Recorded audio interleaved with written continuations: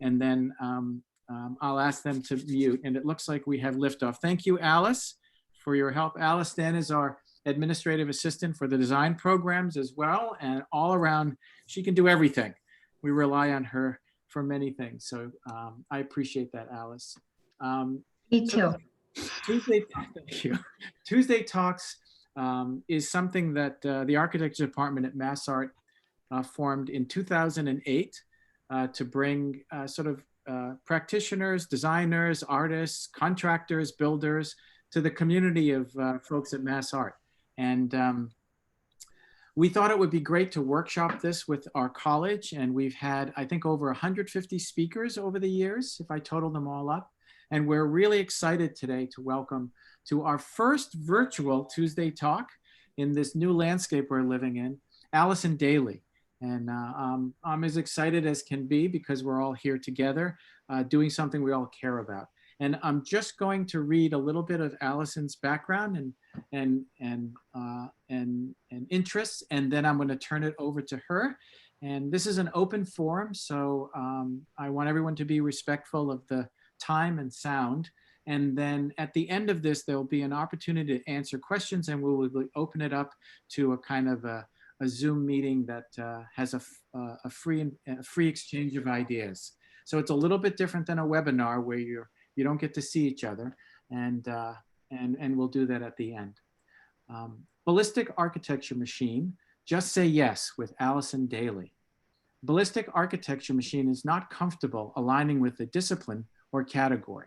Architecture is often not the solution to a better built environment, and fluidity across skill sets in architecture, art, the landscape helps us to imagine and realize relevant ideas. Sorry, I just lost my place and the screen went dark. Relative ideas that improve lives. In the beginning, we said yes to any opportunity and defined our problems. We treated each from the flashy and flamboyant to the lowly and unwanted with equal exuberance. Just Say Yes is a talk about BAM's inclusionary tactics or the ways we champion difference on multiple fronts: leadership, cultural, method, discipline. Following our unbeaten path, BAM continually evolves to be a resource for the world. Allison Dailey co-founded this BAM Architecture Machine, the multidisciplinary American design office that's based in Beijing and Shanghai. In its 10th year of practice, as of 2017, BAM has built over 50 and delivered over 100 architecture, art, and landscape projects in China and internationally. BAM's Just Say Yes approach has produced an explosive breadth of work from public parks, playgrounds, gardens, and streetscapes to cultural art installations and parades and floats and stage sets. Spurred by a drive to realize ideas that improve urban life, BAM loves local culture, working with builders, and inventive details. These are things we love as well. Allison directs a dynamic and creative team of cross-disciplinary designers who take play seriously. Milton Glazier, America's celebrated graphic artist, describes Allison, analogous to BAM, as enormously inventive with very special talents that are enormously impressive and difficult to quantify. Without further ado, because I know you didn't come to hear from me, although we're excited for everybody to join us, I want to introduce Allison Dailey to our community. Go for it, Allison. Thank you so much, Paul and Michelle and Alice, your whole team. I also want to make sure, can you see, do you see my notes or is that just me? We are not seeing your notes. Okay, good. If you did, that would be okay too, but. Great. Okay, so let's see, just doing a little experimenting. Okay, so yesterday I walked past what looked like a freshly painted, spray painted message: all things are difficult before they are easy. It's a really timely kind of quote to put out there for everyone, but I like it because it makes me think about this, that Ballistic Architecture Machine, BAM for short, espouses an approach that is not easy and will never be easy. The good news is that difficult is more fun. Our design practice is inclusive of different disciplines, skill levels, and perspectives. We aim to work flexibly, fluidly, and collaboratively. Today's talk is about specific inclusive tactics that we use to perform our best as a group. So if you don't end up practicing architecture with a capital A, yes, you can still apply what you're learning in architecture school. There's more than one way to skin a cat. Just Say Yes is about the ways Ballistic Architecture Machine champions difference, as Paul said, to imagine and realize ideas that improve lives in the built environment. And we apply inclusionary tactics, which I'll outline today. But first, by way of introducing who we are, I've shared my favorite quotes about BAM, some of which edge on offensive, but for us are complimentary, like, when did architecture go on crack? Or I'm so excited that such a fun architecture company exists on this planet. Or BAM's forms come more from Saturday morning cartoons than the history of architecture proper. So parents, yes, this is part of the chapter about who we are. BAM gets the question about parent influence a lot. And generally we avoid the subject, but relating these ties just might be more interesting than anything else I share today. Anyone's parents are the most influential people in one's life, unfortunately. But BAM co-founders have pulled from each of our parents' career trajectories, polemics, gripes, business successes, and failures, and taken their examples forward in resistance or attempting to enhance. We have absolutely taken advantage of their platforms. So doing a short show and tell could put who we are and BAM beliefs into perspective. Jake's parents are the landscape architects Martha Schwartz and Peter Walker. Peter Walker Partners is the landscape, or Peter Walker is the landscape, his office, which is called Peter Walker Partners, were the landscape architects for the 9/11 memorial.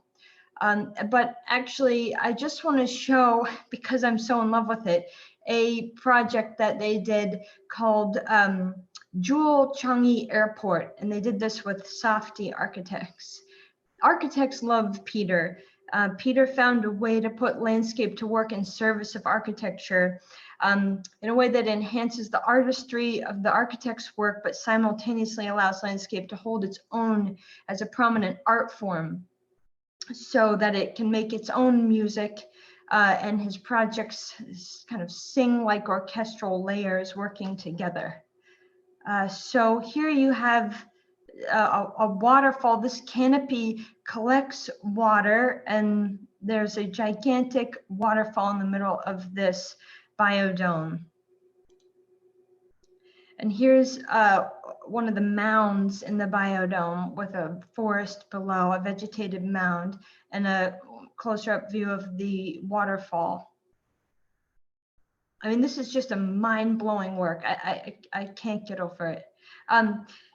And here's an image of some kind of points which are more playful in the landscape scheme, with this netting, kind of skywalk, and then a mirrored play form, actually, that you're tunneling under there to the left. One of the most incredible sections I've ever seen in my life.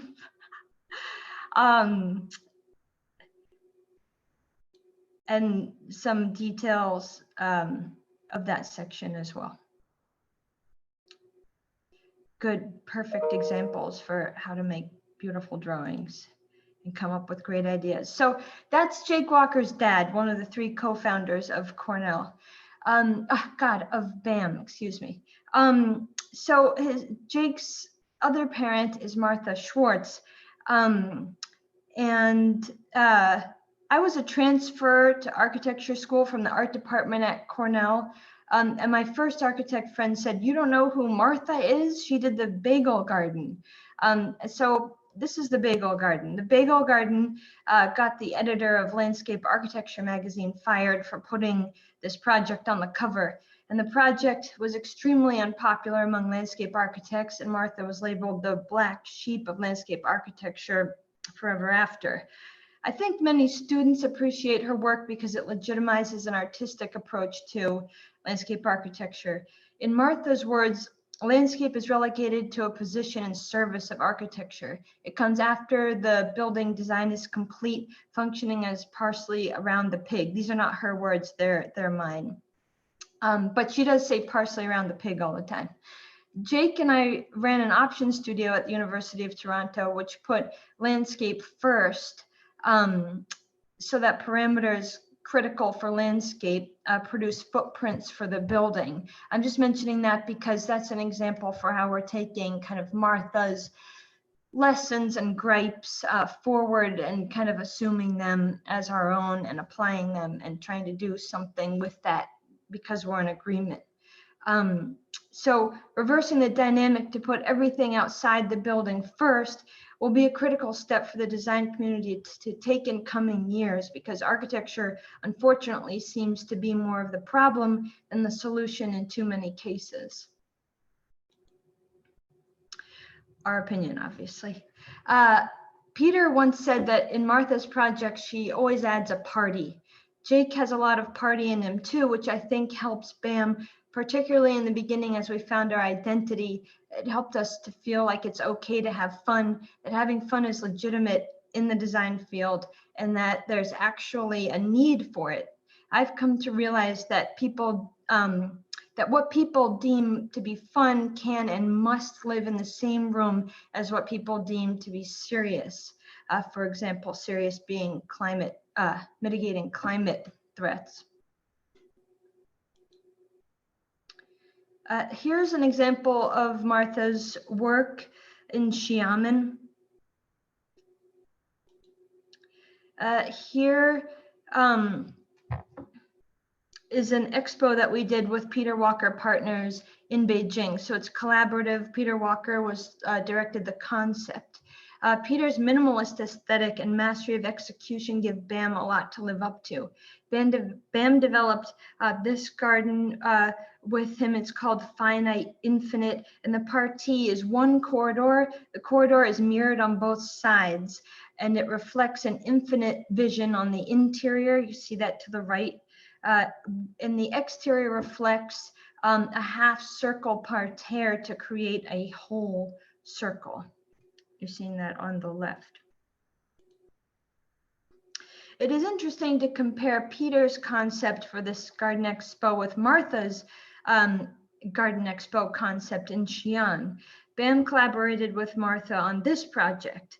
Martha was also the concept driver, but we worked with her to develop it and design it. It's a maze, and it has dead-end pockets in it, and those pockets are lined with one-way mirror, moments that are at once voyeuristic for some and you know, in a way showcase the vanity of others in another way as people are looking at themselves. So my parents, my father is Dan Dailey. He started the glass department at MASSART in 1973, and he's a professor emeritus. And so actually both of my parents are artists, and they are in kind of glass and craft art. Neither one of them cares for these labels, but they've used the niche markets to their advantage in the 80s and 90s. So on the left is an early work by my dad, and on the right is kind of mid-career casting in glass. Here's another piece where he's working with two more pieces where he's working with vitrolite. Left is a hog, and on the right is my favorite piece. I wish I owned it, called Beauty Barge. So I grew up learning how to work with materials. I used the workshop where my parents fabricate metals. They cold work glass. They cast glass and plaster, draw, and assemble installations like glass block walls or very large chandeliers. This is my mom, Linda McNeil. Her She's actually my favorite designer, not necessarily because I want her to be, but I just really like her work. And these are her vitrolite vessels. And actually, Robert Stern featured one of her pieces as a spread, kind of surprising. Here are two more of her pieces from very 80s, but I really enjoy looking at these. So, and then there's Dan Goss, the third, not in any order, co-founder of BAM.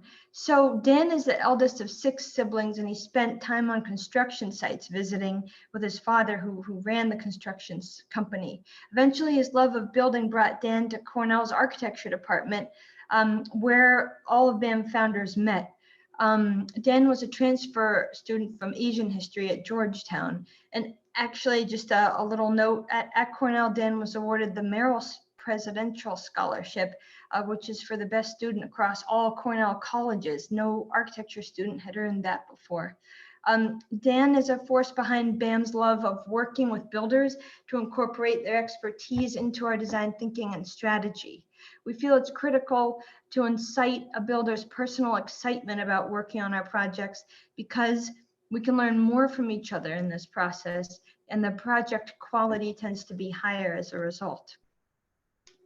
If there isn't anything Dan isn't extremely good at, from concept design to acting CFO to authoring BAM's first book, Landscape Vision. Landscape Vision charts the aesthetic principles of landscape design. Distilling principles from the visual arts and biological sciences, it illuminates an underlying aesthetic structure that unifies hundreds of examples from the history of landscape design. The resulting book is a clear thinking guide to aid generations of future designers in the creation of new and bold landscapes. So BAM loves ideas, we love builders, and we love details, kind of as Paul did mention. We invent our own construction details, and craftsmanship must do the critical work of upholding ideas that haven't been built before. BAM was founded on principles that defy exclusion. So here are our inclusionary tactics. Discipline, fluidity, leadership, it should be inclusive, leaning into cultural difference, and defining a unique working method. So discipline, fluidity is okay. The solution might not be architecture with a capital A. It's okay to be extra disciplinary, just not anti. For any skill set that serves the idea and community need. Leadership should be inclusive. BAM is greater than any one author. BAM does not believe in a master genius. A good idea can come from anyone. If you do the work, that's what it becomes. Anyone, no matter their rank or experience level, can be the most powerful influence on a project if they roll up their sleeves and do the work. Life is nothing without human relationships. It's the meaning of life, your direct relationship with other people. Notice and learn more about each other. Temporary, not art installations and seasonal installations, which I'll talk about later and show, help us listen to people and respond. Milton Glaser, the celebrated graphic designer, described a community in Africa who had no word for love. What word do you use instead? He asked his friend. We use the word see. Let's try to see each other more. Define a unique working method. At BAM, we don't have a specific goal in mind, but instead a desire to define a unique working method. Seek a methodology that serves you. It probably doesn't exist yet, so make it up. For example, we devised Doodle Tech method, which is based on intuition method. This is a new way of working that allowed us to be critical of popular representational methods. So here we go past the intro, and we're going to dive into project examples. BAM started as a group of like-minded individuals in architecture school, interested in installation art and publication as a means to create and activate community. This was in part a rejection of traditional methods by which architecture is taught, the implication that architecture is the center of the world and the highest of art forms. Our initial interest in installation work led us to gravitate away from traditional architecture towards the field of landscape, which inherently deals with a more social agenda and less controllable conditions. However, BAM's evolution toward landscape was not a straight line. Our initial years starting out in a hutong in Beijing, we had no clients and no money. At this time, we did many small interventions, funded and installed by ourselves. Eventually, these interventions allowed us to land more significant art installation commissions. These installations were associated with indoor or outdoor public or semi-public retail space commissioned by developers. This is the completed construction of our first cloud in Chongqing. We've since done a second iteration of a cloud, blue, located in Kunming. Here's another relatively permanent installation, 30 meters long, inspired by a quick rice noodle and sugar model by Zidog, the infamous BAM designer. The repeated module is polycarbonate tubes arranged nodally, suspended at specific distances from a diagrid armature. The client cut the idea to use color, so we used color to indicate degree of tubing transparency instead.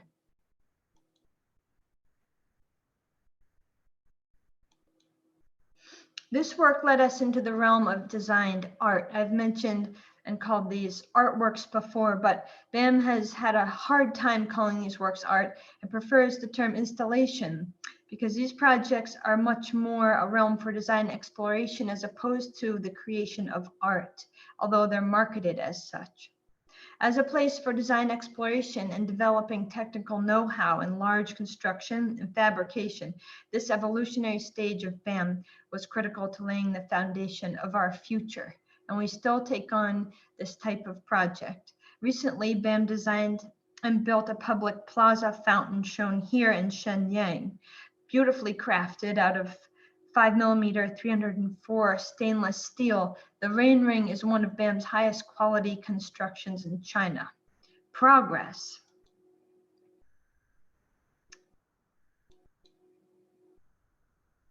You can see people come up to this and check themselves out using it like a mirror. Exposure to Chinese retail environments and clients guided BAM's evolution toward the ephemeral, fast-paced world of a term we made up, seasonal installations. I think we made it up, haven't heard it. This world of seasonal installation exposed BAM to a side of Chinese culture that in no way may be gained through the lens of architecture or any form of design or art. This realm seems to stand on its own, designing huge environments, objects, and graphics meant to conjure associations with customary national holidays like Mid-Autumn Festival, Spring Festival, and Western Christmas, allowed us to tap storytelling aspects of Chinese culture, the stories a culture tells itself to maintain continuity, except expressed through the mechanism of shopping. Comments, anyone? What would you propose for Mid-Autumn Festival or Christmas in Beijing? We'll review our Christmas project in Beijing later on.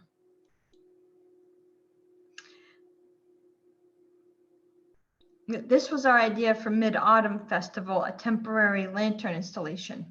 It takes a funicular form and lanterns are organized using a Fibonacci sequence. Here are some kinetic spinning flowers for Chinese New Year at the Hong Kong Landmark Retail Center. What did this installation evoke for visitors? One said dead turkeys with gilded edges.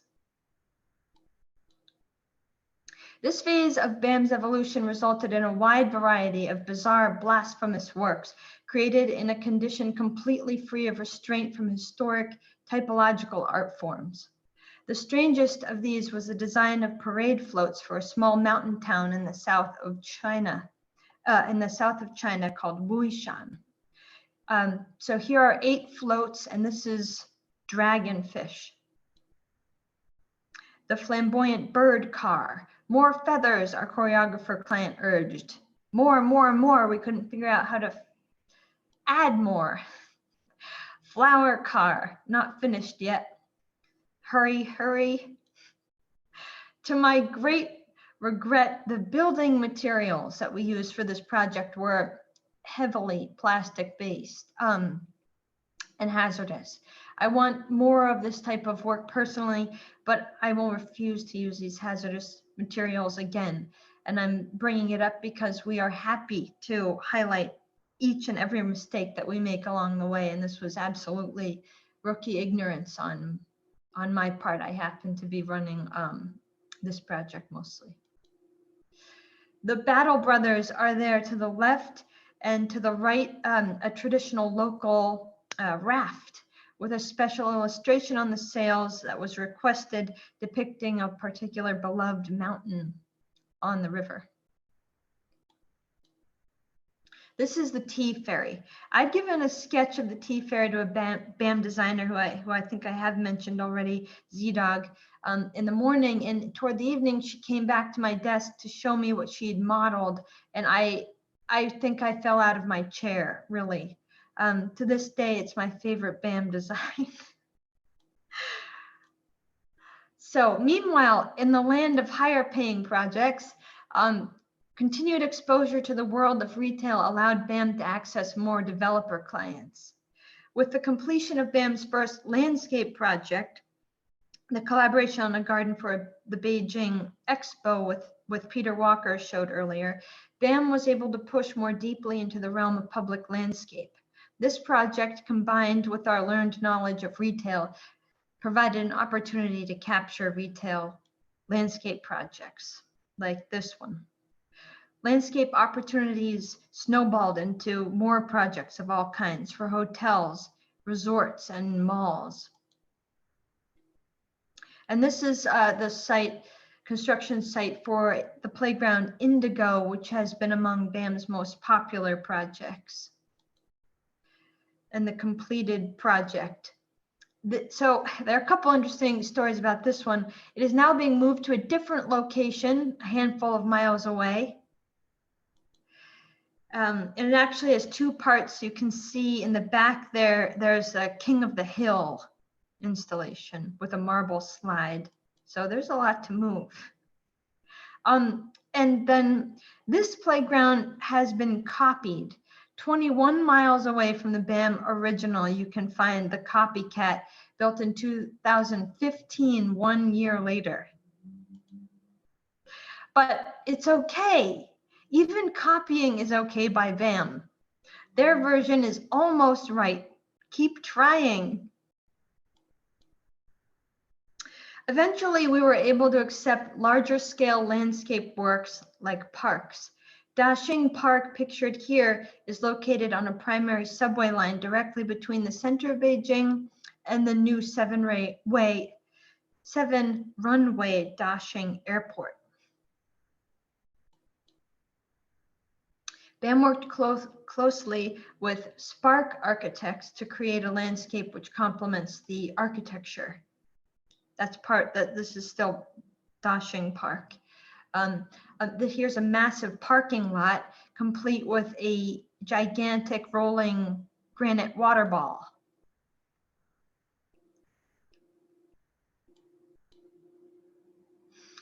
And here are more areas of Dashing Park. The total length is 800 meters, and underground there are parking structures, subway links, bus hubs, and retail. And so Dashing Park, oh my goodness, I can't speak. Dashing Park will function as a green transport hub. Near the park entrance is a special planted bench with mosaic artwork by BAM. The sun faces the entrance to the park, and the sketch at the right tests scale of tile and suggests a color blending technique. On the reveal, exiting the park, is the moonscape. And here are some notes where I'm actually working remotely out of New York at the time to comment on imagery which was being crafted on site by BAMers. Unsatisfied with cookie cutter methods that developers employ to create retail environments, the discipline that we find ourselves in, landscape, is beginning to reveal its boundaries and constraints. Boundaries is not something BAM is comfortable with, and by virtue of this, BAM is also not comfortable being defined by any given field of art or design. As an advocate for the public realm and urban spaces, the boundaries of design professions cannot be manipulated by those dependent on the status quo to survive. Meaning that if one's livelihood and work pattern depends on the current way in which work is perceived and executed, then it is not necessarily in the professional's best interest to innovate or disrupt that system. Thus, the academic realm becomes a critical tool for imparting change. BAM's proposal for Guomao traffic interchange in Beijing, pictured here, suggests that landscape is the answer to the design problem, not architecture. Although OMA and MAD, Ma Yang-sung's office, have proposed architecture for this same site. What would you propose? Is still an ongoing, is still out there as an option. If you'd like, you can check BAMTube for videos elaborating on many of the viewpoints I'm broaching today, including a detailed video on our Guomao research, much of which was done by hand on the street by ourselves. BAM runs its own news station, by the way, called BPM News, short for Ballistic Propaganda Machine. Look for our joke advertisements. Those are hilarious. So moving along, our inclusionary tactic number 2, leadership. BAM's leadership style is very different because we don't exclude, we include. Yes, you can at BAM. We believe in the value of other people's ideas.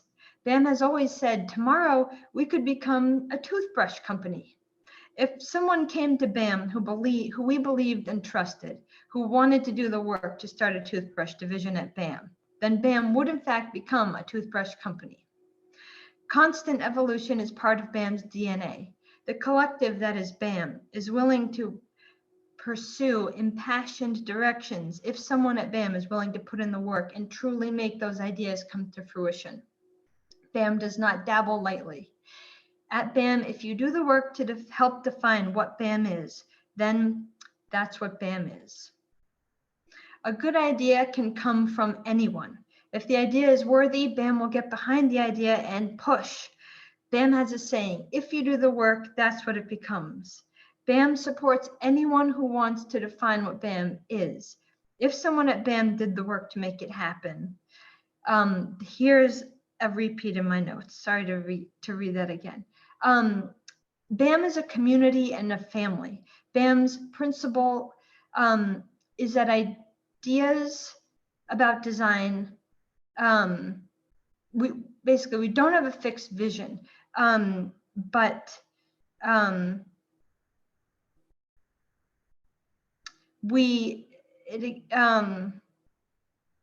there are no set visions for how the company should be run or the types of businesses or markets that we should pursue.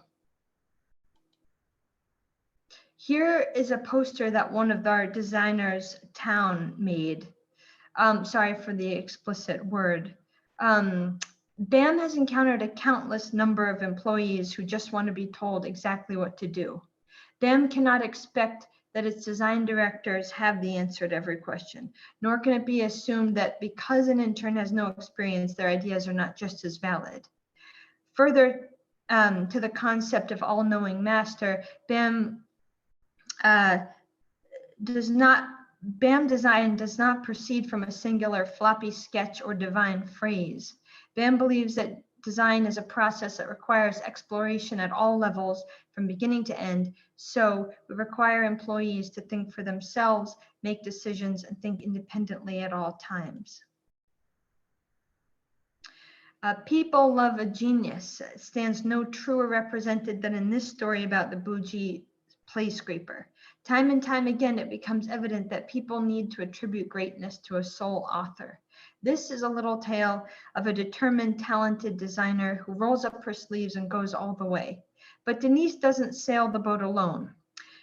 Not at BAM, all on board. For the mixed-use retail and residential development in Buji, Shenzhen, Denise and Dan, the BAM founder, produced options for the same site. Their designs were equally strong but intentionally different. One defined by angular energy, the other by a grounded axial condition. The client was in the position to choose one idea or the other. You guessed it, the client preferred Denise's landscape. Was it because spirits travel in straight lines? Because an axis is just too strong? BAM rallied troops, got behind the idea, and worked to make it real. Denise's drive to stand at the helm, choking on airborne dirt at construction sites, grinding through hours of angst, designing the pink tunnels for the play scraper. With every hard turn, Denise pushed the design into reality. Denise never gave up. Combined with the magnificent client, the Buji landscape is one of BAM's best built projects. Before and after. Here's the play scraper at night. And the notoriously difficult to construct twin tunnels, which are inside the play scraper. And you have to add balls and getting wet. We have donut benches and cocktail umbrellas. Some donuts became planters. And this is an ad for Buji urging people to drink BAM's Kool-Aid. Inclusionary tactic number 3, cultural difference. How can we lean into cultural difference as designers? From a spatial design perspective, really noticing and seeing people around you requires an ability to understand and work within both high and low culture. Most designers won't go lowbrow. Fear not, life is human to human.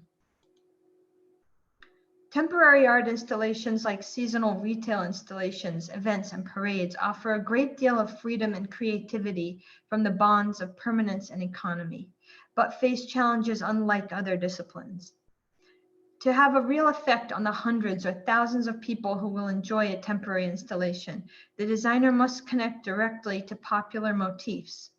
The design process must transcend the simple notion of the partie concept we learn to employ in design school. These projects tend to be interactive, kinetic, graphic, eclectic, and narrative. What I'm showing here is an installation. It's a Renaissance-themed Christmas party in Beijing. 6 massive sites outside with additional sites inside the Place Mall. The party features Bramante's famous Tempietto a la BAM, which opens to music produced by our friend Kent Rockefeller out of New York City. Inside the Tempietto, amongst lasers, fog, and a soundtrack, Saint Nick and his crew of snow people party hard. I didn't see it myself, but a man knelt to propose marriage in front of the Tempietto. They thought it was a chapel. The Washington Post mentioned this project in their annual article, Christmas Around the World, which I thought was interesting. And here's the party hat tree glistening. And inside there's a little installation called Snowtsart, where he's jamming on the harpsichord. I saw this image in the Beijing airport, another kind of a bit shocking. Every day for 1 month, a new sequin picture appears on the Farnese Advent calendar. So we're really playing with Renaissance themes and famous architectural Renaissance historic works. And as well as a wall relief from Michelangelo's Laurentian Library, which we appropriated. here are some welcoming snow people sitting atop Corinthian columns at 2 gateway entrances with their shopping in hand, wrapped gifts in hand. So finally, we arrive at BAM's inclusionary tactic number 4, define a unique working method. Method matters. Let us be critical of the tools we use to put to work to translate our ideas into reality. Recognize when you're being pulled in a direction away from your intuition. Resist and come up with a complementary method that can help you stay closer to your intuition. So here's a crappy video. I'll begin with a rant on trends and representation posted by Jake Walker. In this day, and it relates to this video, in this day and age, the general public, client, and especially architects fetishize digital models and corresponding renderings. Glossy, crystally renderings that serve no one but our own egos. If BAM does them, it's only because we had to in order to satisfy a ridiculous expectation set by mediocre designers for mediocre clients on mediocre projects. Not saying everything we do is a gem. The fetishized digital model rendering destroys the sense of exploration, which is critical in design. As soon as you have to make something unbuilt look realistic, you spend the remainder of the project working to make it look as good as the rendering, which isn't possible unless you're Jürgen Meyer. That's why this rendering sucks, and we couldn't be prouder. Oh, and it's for a park BAM is designing in Beijing. So here's an illustration of how designers tend to move between phases: idea, digital model, digital output. I'd like to start questioning this process by reading, this time from a 2007 article by all the BAM founders called Rough versus Smooth. Rough design actually makes you smarter. We are in a time when architecture and design is dominated by the shiny gloss of fantasy renderings, when photorealistic capabilities eliminate any question of discovery, from the drawn to the built, when the computer is indicative of an aesthetic typology as opposed to a tool in service of the human mind. We are in a design climate where personality and technology seem like mutually exclusive pursuits. Like the question of chicken or egg, which comes first, rhino or your idea? Interestingly, it's impossible to tell one individual's idea from another, or increasingly, it's impossible to tell one individual's idea from another because everything looks like it was made by a singular machine.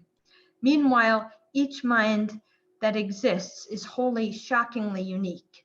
How can the methods we use to design serve our intuitions with greater accuracy? And here's a continued excerpt from our Rough or Smooth piece. The typical architectural fetish over the object, in conjunction with the contemporary realism of the fantasy rendering, disallows architecture from moving beyond itself to engage the human mind.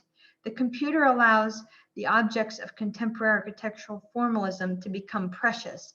Thus, the ideas, forms, and materiality become fixed, predefined, predescribed. The rendering or visualization is arguably architecture's purest state. The desire to keep the physical outcome of the built closely aligned with the representation, thus maintaining its purity, results in a reciprocal fear of further exploration.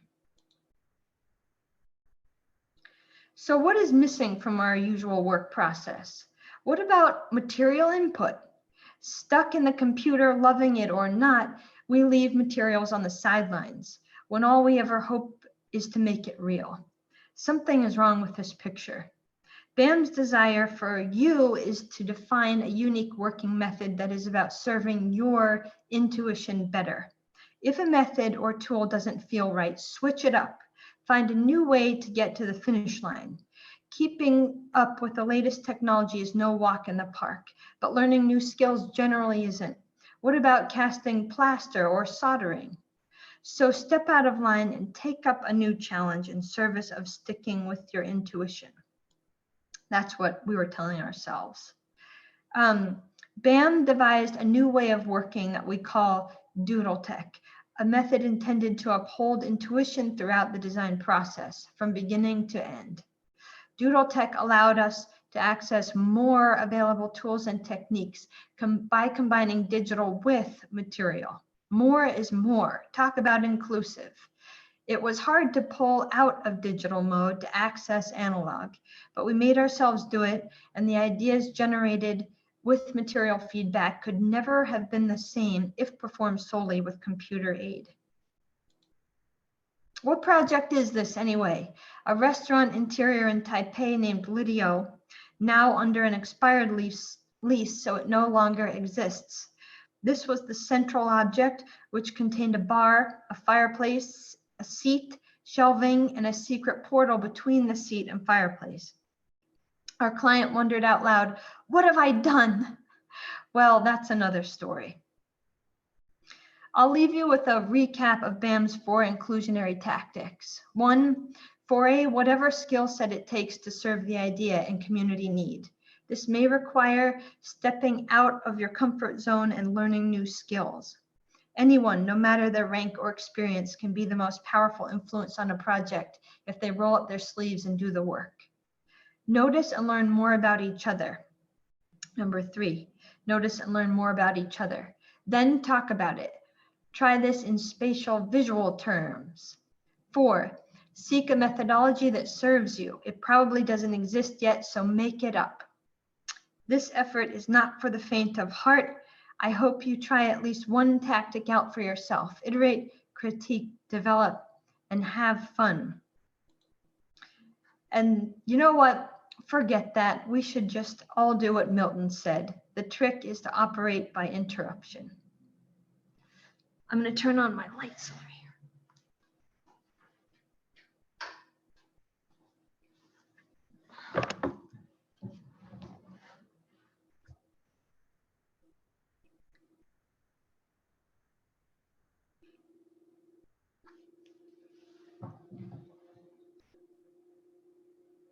We would normally be clapping, Allison.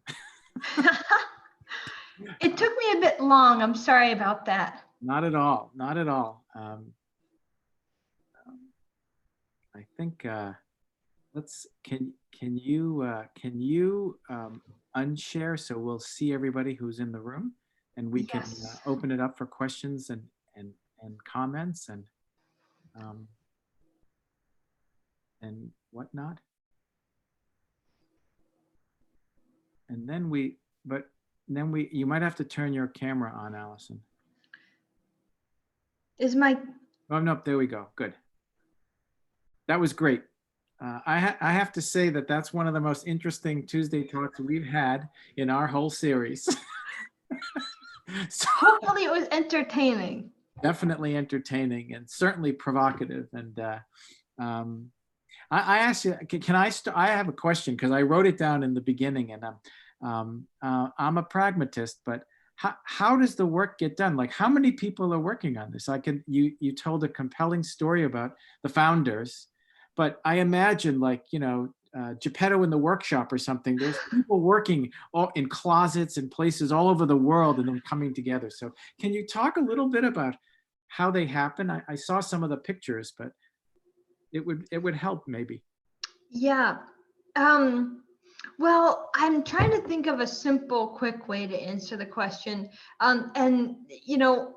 Honestly, it's varied. I can say what's kind of happening now, but 10 years ago, it was a bit different. At the beginning, I was starting to show pictures of the hutang where we were living. It was just us. So it has changed a lot. Right now, we opened a Shanghai office a couple years ago now, which has about 6-7 people in it. And the Beijing office is upwards of 23, something like this right now. And I'm working remotely out of the US, the only one in the US. Wow. So landscape projects right now, we're kind of stressing a new model between Beijing and Shanghai, which aren't remote. Everyone's able to work in the office. So we're, running a lot of landscape projects kind of shared between both offices right now. Thank you. Yeah. And if I had more time, I'd show an example for how we kind of run concept, which is pretty interesting because that really illustrates the way we're leveling the playing field for any ideas to come forward.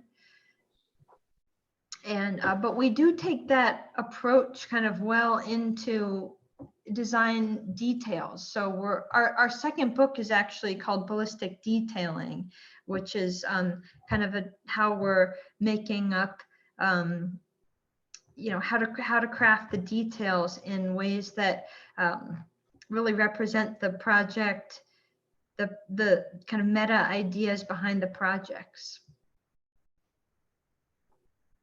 Interesting. Anybody else have any questions for Allison? Okay. Go ahead, boss.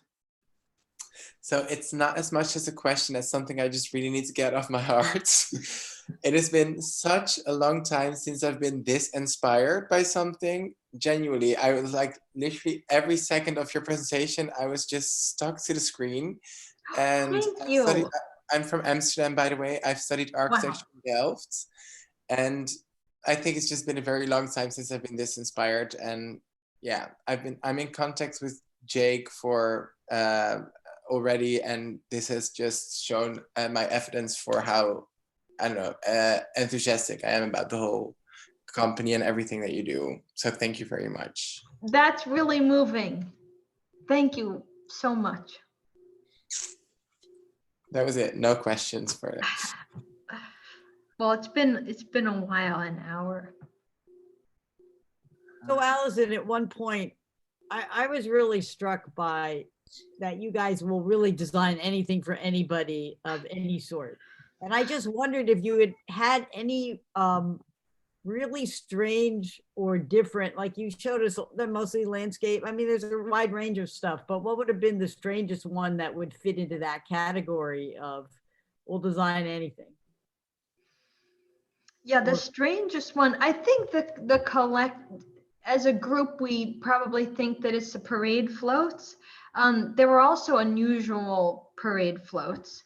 You might not, when you think parade float design, they're a bit different in that sense. But let's see, what else has been really weird? It's a good question. Now it makes me want to pull from even weirder projects.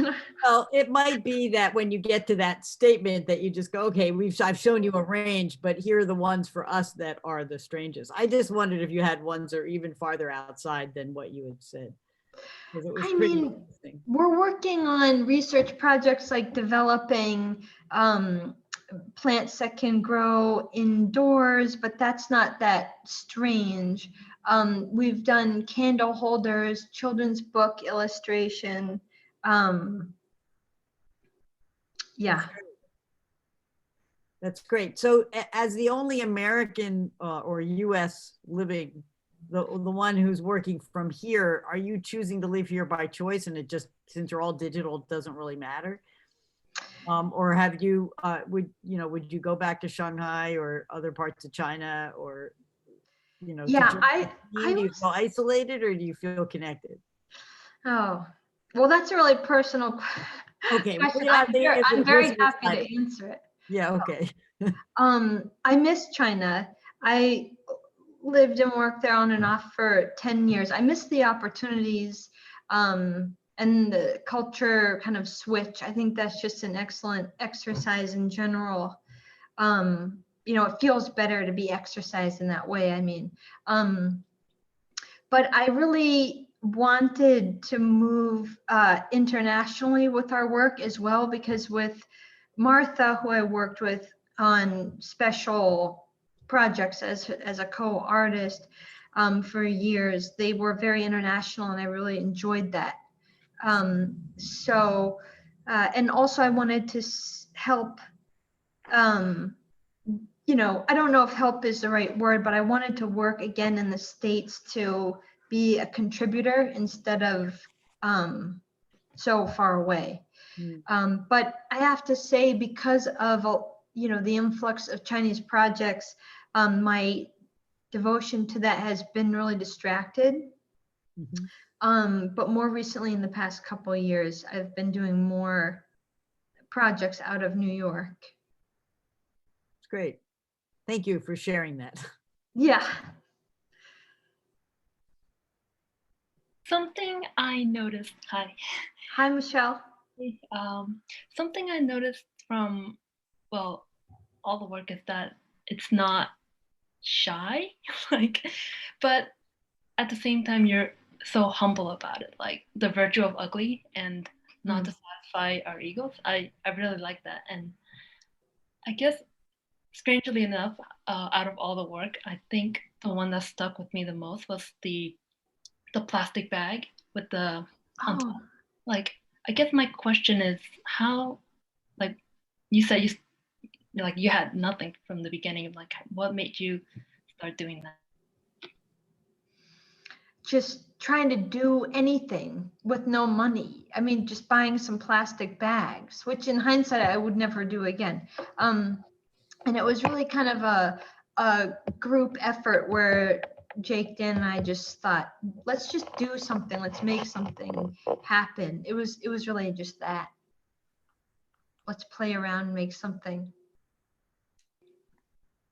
But yeah, I want to say I really appreciate your insights, Michelle, and feedback there. And I think, really what we love to do, if I haven't said it 100 times already yet, is build.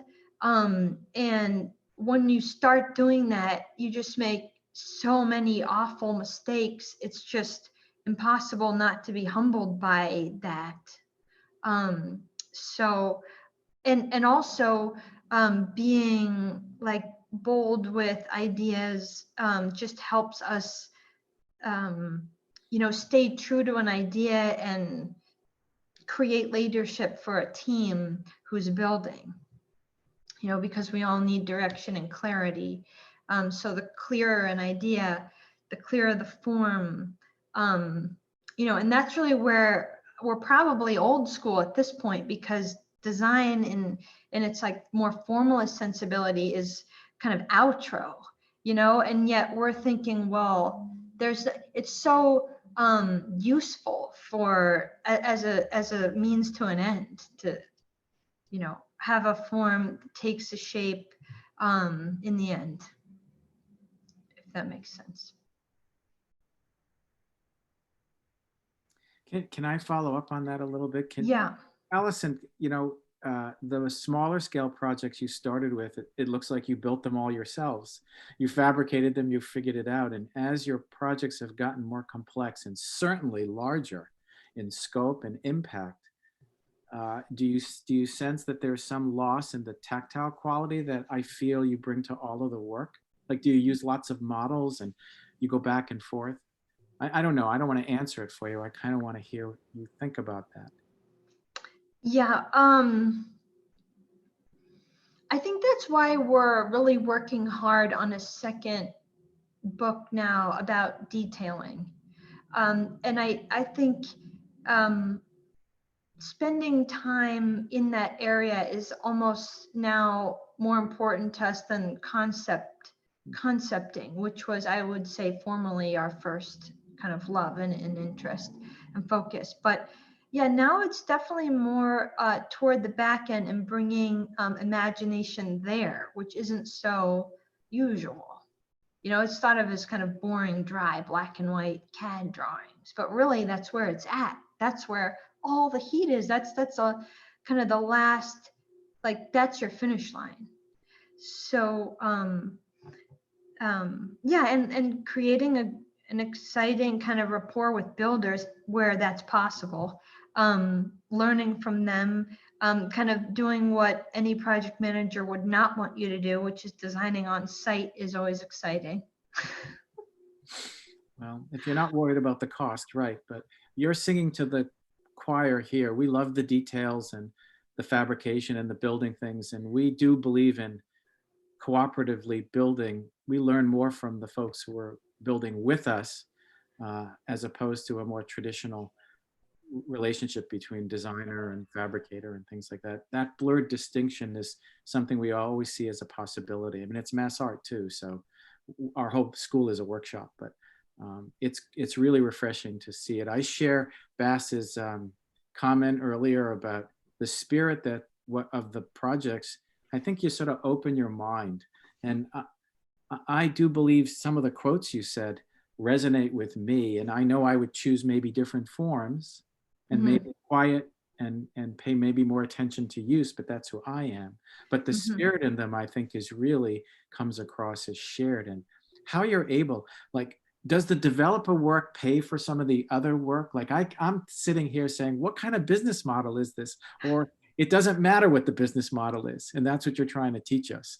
You know, you're in it for the spirit and the love of it. And that's very exciting to see, certainly for me, who might not be at the beginning of a career, but I always think I'm at the beginning wherever I start. So, but definitely for the students who are considering the start of something. That's great. We could only make something like this after students before we go out to the real world. Well, no, Allison is proposing this is the real world. This is the world that you want to be in. At least that's what my takeaway from this. Yeah, this is very real. I mean, and it's messy and embarrassing. I mean, we had our 10 year, we had our retrospective recently and we called it 10 years of dumb. It's just a lot of trial and error. And actually, I was just listening to Milton Glaser, a kind of mentor. I really miss him, to one of his movie, the film To Inform and Delight, today. And I remember something he said was that he never wanted to get caught in a style. And I'd like, just something you said, Paul, made me think about that we somehow happened upon like an aesthetic that just seems really cartoonish or flamboyant. And it's, I'm not really sure how that happened, you know, but I think we have no aesthetic. That's the idea, that it could take any form, right, from anyone. I mean, I would say your aesthetic is super playful, right? And Maybe it's just- regardless, I mean, it's not a look, it's an experience.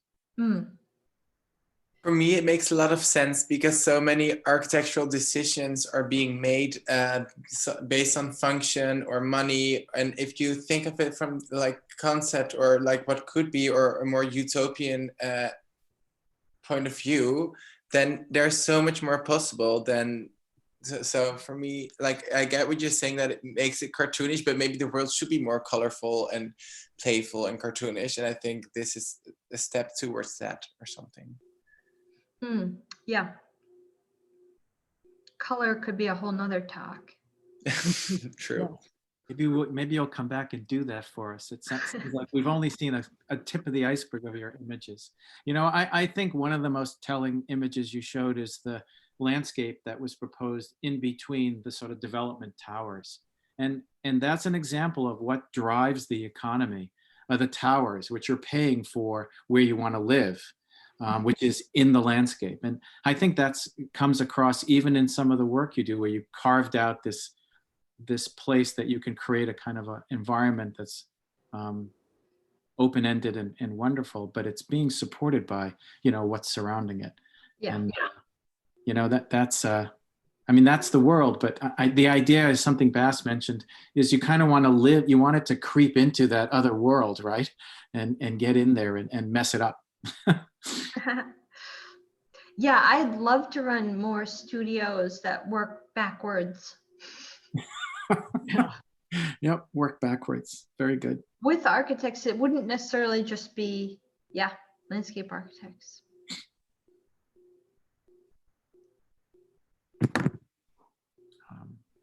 Any other questions for Allison? Thank you for listening, everyone. That was great. That was delightful. Thank you so much, Patricia. Yep. Here we go. Thank you. And everyone, thank you. And thank you again, Allison, for launching our. I think it's absolutely appropriate. This is our first virtual talk, and you brought us into what's possible. So I think it's a great way to start the term and our series this year. And we hope you will join us again for another one, maybe in the spring or when the mood strikes you. You know, you could reach out and say, I have something to share, and maybe we'll have a talk just for that. Okay, great. And feel free to throw out topics because, as you know, we're kind of all over the place. We pick our own gripes, but your kind of your words were multiple ways of looking. I enjoyed that and speaking and trying to speak to that. I also thought that the comment that you made toward the end during this discussion about detailing, we're offering a detailing class with somebody who really loves detailing.